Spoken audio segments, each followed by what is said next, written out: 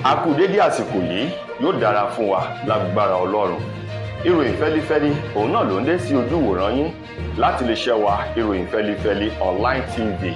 Fúnmi Adénúgà ni oníròyìn. Síwájú kẹ́ tó gbọ́ ìròyìn ọ̀hún lẹ́kùnrẹ́rẹ́, ẹ jẹ́ ká dé òkè lọ́hùn náà, à ń padà bọ̀ wá.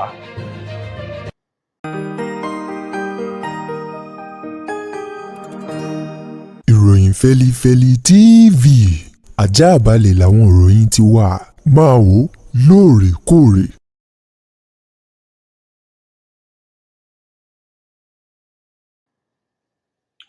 Ẹ káàbọ̀ padà, ìròyìn rèé lẹ́kùnrẹ́rẹ́. Ààrẹ orílẹ̀-èdè Nàìjíríà Bọ́lá Ahmed Tinubu mà ló ti pa láṣẹ wípé àṣẹ lọba pa, ọba kì í dábàá o, wípé gbogbo àwọn ọlọ́pàá èyí tó ń tẹ̀lé àwọn ọ̀tọ̀kùlúùlú, àwọn gbajúmọ̀ láwùjọ tí a mọ̀ sí VIP gbogbo, wọ́n ní gbogbo àwọn ọlọ́pàá wọ̀nyí kí gbogbo wọn kí wọ́n kò lẹ́yìn àwọn èèyàn wọ̀nyí, kí wọ́n darapọ̀ mọ́ àwọn tí wọ́n jẹ́ àwọn akẹgbẹ́ wọn yòókù tí wọ́n wà lẹ́nu iṣẹ́ fún ìṣọ́ ààbò ẹ̀mí òun dúkìá àwọn ọmọ orílẹ̀-èdè Nàìjíríà. Ní gẹ́rẹ́ tí Tinubu pa àṣẹ yìí níbi ìpàdé èyí tó ṣe pẹ̀lú àwọn lọ́gàálọ́gàá lẹ́ka ètò ààbò gbogbo, níbi tí a ti rí ọ̀gá àgbà iléeṣẹ́ ọlọ́pàá ilẹ̀ yìí Káyọ̀dé Ẹgbẹ́tókun, ọ̀gá àgbà àjọ ọ̀tẹlẹ̀múyẹ́, bákan náà àwọn ọ̀gá ní iléeṣẹ́ ológun, ikọ̀ tilẹ̀, òfurufú, ojú omi, tó fi mọ́ àwọn tí wọ́n wà ní ẹ̀ka òfimúfilẹ̀, gbogbo wọn pátá ni wọ́n ṣe ìpàdé pẹ̀lú ààrẹ Tinubu lópin ọ̀sẹ̀ èyí tó kọjá yìí, níbi tí Tinubu ti pàṣẹ àti ọ̀nà tí wọn yóò gbà láti kápá ètò ààbò èyí tó mẹ́hẹ̀ ní orílẹ̀-èdè Nàìjíríà. Ní gẹ́rẹ́ tí Tinubu pa àṣẹ náà, àwọn ọlọ́pàá èyí tó ń lọ bí ẹgbẹ̀rún lọ́nà ọgọ́rùn-ún òun mà ni wọ́n ti rí kó kúrò lẹ́yìn àwọn ènìyàn ọ̀hún, èyí tí wọ́n ní kí gbogbo wọn padà sí ẹnu iṣẹ́ wọn lákọ̀tun láti lè pèsè ààbò tó péye fún ọmọ orílẹ̀-èdè Nàìjíríà. Bẹ́ẹ̀ bá gbàgbé, lẹ́nu ọjọ́ mẹ́wàá sẹ́yìn ń làwọn agbésùmọ̀mí jàǹdùkú ni wọ́n ṣiṣẹ́ ibi láwọn ìpínlẹ̀ Kwara, bí ìpínlẹ̀ Kebbi, ìpínlẹ̀ Borno àti Plateau, èyí tó mú ìrònú dorí àgbàkodò. Ìdí rèé tí ààrẹ Tinubu ní ibi tí ènìyàn kan kò tí ì rí oorun sùn ni ajá ń sùn tó ń họrùn. Nípa ìdí èyí, kí gbogbo àwọn ọlọ́pàá tó ń ṣọ́ àwọn ọ̀tọ̀kùlúùlú lọ́nà ọ̀tọ̀ yìí, kí gbogbo wọn kí wọ́n kò lẹ́yìn wọn, kí wọ́n lọ darapọ̀ mọ́ àwọn akẹgbẹ́ wọn yòókù lẹ́nu iṣẹ́ láti lè jẹ́ kí ètò ààbò tó péye ó wà fún gbogbo mùtúmùwà ọmọ orílẹ̀-èdè Nàìjíríà. Ọ̀kan nínú àwọn tó díje dupò ààrẹ lọ́dún 2023 lábẹ́ ẹgbẹ́ òṣèlú Labour Party, gómìnà tẹ́lẹ̀ rí ti ìpínlẹ̀ Anambra, eyín ọ̀gbẹ́ni Peter Obi, òun mà ló ti sọ wípé orílẹ̀-èdè Nàìjíríà ó ń ṣòjòjò, ọkàn orílẹ̀-èdè Nàìjíríà ó ń gbọ̀n lóńjolóńjo báyìí látàrí ètò ààbò èyí tó mẹ́hẹ ní orílẹ̀-èdè yìí. Peter Obi èyí tó sọ̀rọ̀ náà ní ọjọ́ àìkú ọ̀sẹ̀ tuntun, òun ló ṣe é lálàyé wípé ara ògún ò lè, ó ní òjòjò ń ṣògùn orílẹ̀-èdè Nàìjíríà ètò ààbò ilẹ̀ yìí látàrí ìkọlù lóníranran látọwọ́ àwọn agbésùmọ̀mí, àwọn oníṣẹ́ ibi tí wọ́n ń da omi àlàáfíà ilẹ̀ yìí rú o. Peter Obi ní inú òun ò dùn, bẹ́ẹ̀ sì ni inú ọ̀pọ̀lọpọ̀ ogunlọ́gọ̀ àwọn ọmọ orílẹ̀-èdè Nàìjíríà ò dùn, ọkàn wọn ò sì balẹ̀ látàrí ipò tí ètò ààbò wà. Ó wá ní àwọn adìbòyàn, àwọn tá a gbójú okùn lé tí wọ́n jẹ́ ní àgbà, ó ní gbogbo wọn ni wọ́n ń fẹlá, tí wọ́n ń dunnú o, tí wọ́n ń fi ayọ̀ ṣe ìbàjẹ́, tí wọ́n sì gbà wípé ohun tó dáa làwọn ṣe. Gẹ́gẹ́ bí Peter Obi ti sọ̀rọ̀, ó ní púpọ̀ nínú àwọn tá a lérò wípé ó yẹ kí wọ́n gbà wá kúrò lọ́wọ́ ètò ààbò èyí tó mẹ́hẹ̀, ó ní gbogbo wọn pátá o ni wọ́n kọtí ọ̀gbọ̀n tí wọ́n ju ìpàkọ́ sẹ́yìn lórí ẹṣin bí ẹni wípé kò kàn wọ́n. Orin alálàńlálá ni wọ́n kọ káàkiri, ẹni àmọ̀rí ò bá kú, kò sí èyí tó kàn mí o. Peter Obi wá ní inú òun ò dùn rárá o, bẹ́ẹ̀ sì ni ó ní ọkàn orílẹ̀-èdè Nàìjíríà ó ń ṣòjòjò nítorí ètò ààbò ọ̀hún tí ò fúrú ọkàn àwọn ọmọ Nàìjíríà balẹ̀. Lákòótán, ó rọ àwọn tí ọ̀rọ̀ kàn láti dákundábọ̀ kí wọ́n jọ̀ọ́ láti gbé ìgbésẹ̀ èyí tó tọ́ àti èyí tó yẹ, kí wọ́n gba àwọn ọmọ orílẹ̀-èdè Nàìjíríà là kúrò lọ́wọ́ ìṣòro ètò ààbò èyí tó mẹ́hẹ̀ látàrí bí àwọn agbésùmọ̀mí bí wọ́n ṣe ń pa kúkúrú tí wọ́n ń pa gígùn bẹ́ẹ̀ náà ni wọ́n ń pa láìṣẹ̀ tí wọ́n ń wọlé ìjọsìn tí wọ́n ń ṣe ìkọlù. Ó ní láti bí ọjọ́ mẹ́wàá ó lé sẹ́yìn ní ọkàn àwọn ọmọ orílẹ̀-èdè Nàìjíríà ò ti balẹ̀ mọ́ látàrí ètò ààbò eléyìí tí ò dáa, gẹ́gẹ́ bí Peter Obi ti fi ọ̀rọ̀ ọ̀hún sórí ìkànnì ayélujára rẹ̀ nínú ọ̀sẹ̀ tuntun eléyìí tí a wà nínú rẹ̀ yìí. Ìdùnnú, ẹ̀rín, ijó ohun ayọ̀ ló gbẹ̀kẹ́ àti ẹsẹ̀ àwọn olùgbé agbègbè Ẹ̀rúkù ní ìpínlẹ̀ Kwara kan ò látàrí àwọn ènìyàn wọn èyí tí àwọn agbésùmọ̀mí tí wọ́n jí kó lọ lọ́sẹ̀ tó kọjá, èyí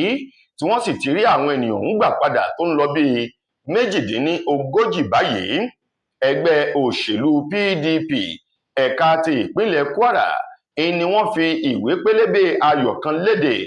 èyí tí wọ́n nínú àwọn dùn tó ń ti ìgbésẹ̀ àti ọ̀nà èyí tí Ọlọ́run bá gbà láti mú àwọn èèyàn ọ̀hún padà wá sí ilé láyọ̀ ohun àlàáfíà. Gẹ́gẹ́ bí ẹgbẹ́ òṣèlú PDP ti sọ, wọ́n ní àwọn darapọ̀ mọ́ gbogbo àwọn ọmọ agbègbè ìlú Ẹ̀rúkù ní ìjọba ìbílẹ̀ Èkìtì ní ìpínlẹ̀ Kwara.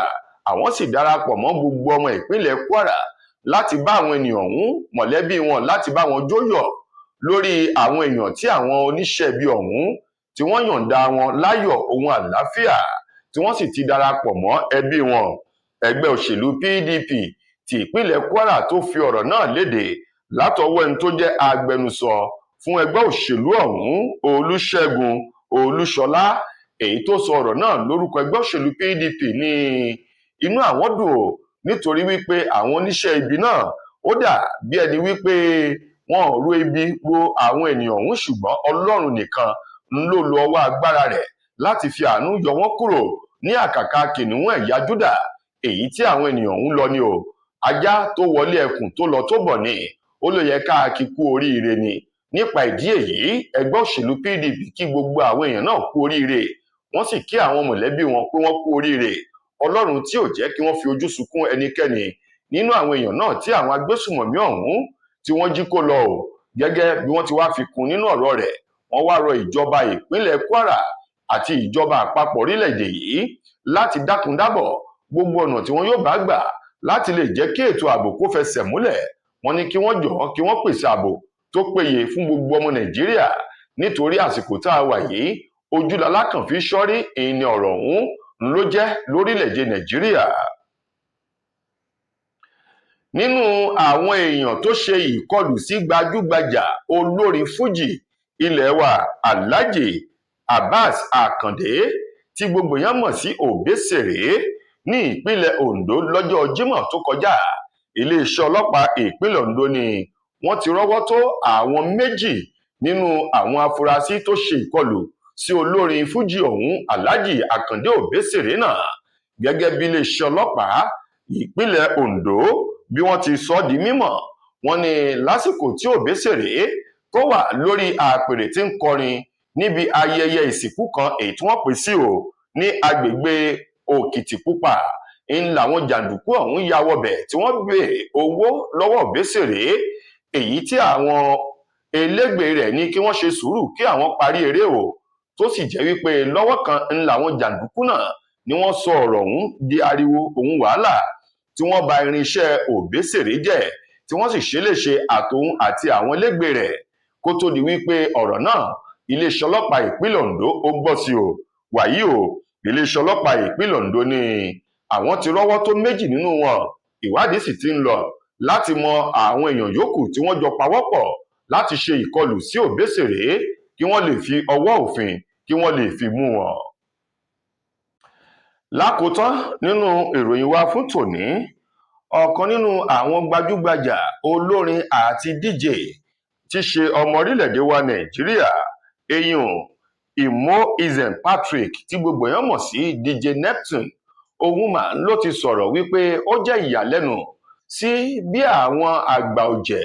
nínú orin tàkasùfé lórílẹ̀-èdè yìí bí wọ́n ṣe ń gbé wọn sí ẹ̀gbẹ́ tí wọ́n ń pa wọ́n tì, tó sì jẹ́ wípé àwọn ọ̀dọ́langba èyí tí ògo wọn tí iná orin wọn tó ń tàn tí sì ń jó lásìkò yìí ni wọ́n ń gbájú mọ́ra wọn o tí wọ́n gbàgbé àwọn àgbàlagbà èyí tí wọ́n fi orí já igbó já ọ̀nà tí wọ́n lànà sí agbo orin sí agboolé olórin nílẹ̀ yìí èyí tó wá di ọbẹ̀ fún gbogbo àwọn ọ̀jẹ̀wẹ́wẹ́ o tí wọ́n ti gbàgbé wọn.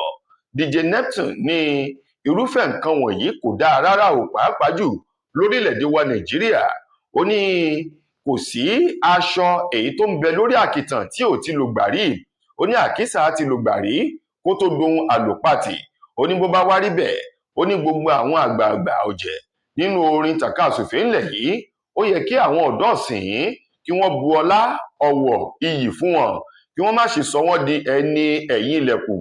èyí tí ò wúlò mọ́ láwùjọ. Ó ní bá a bá wò ó bí àwọn ìlú òyìnbó gbogbo bí wọ́n ṣe ń gbé àwọn olórin àgbà ọ̀jẹ̀ wọn bí wọ́n ṣe ń gbé wọn lárugẹ ó ní orí èèyàn á sì wú inú á sì máa dùn. Ó ní púpọ̀ nínú àwọn àgbàlagbà ọ̀jẹ̀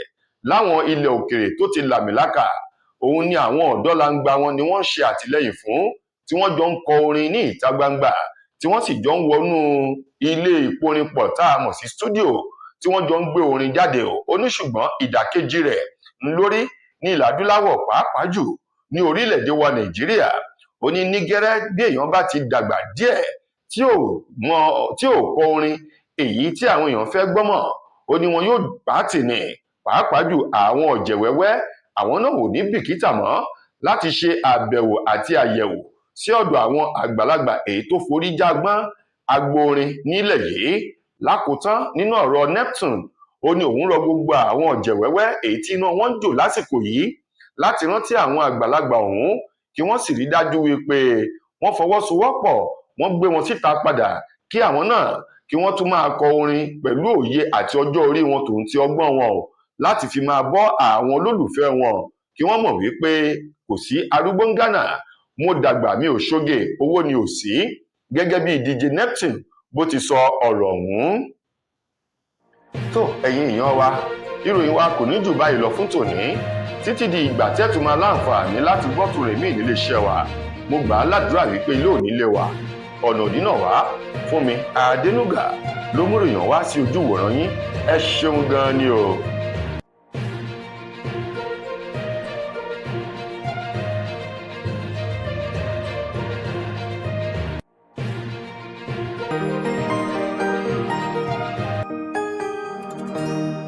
ìròyìn fẹ́lifẹ́li TV àjààbálẹ̀ làwọn ìròyìn ti wà máa wò lóòrèkóòrè.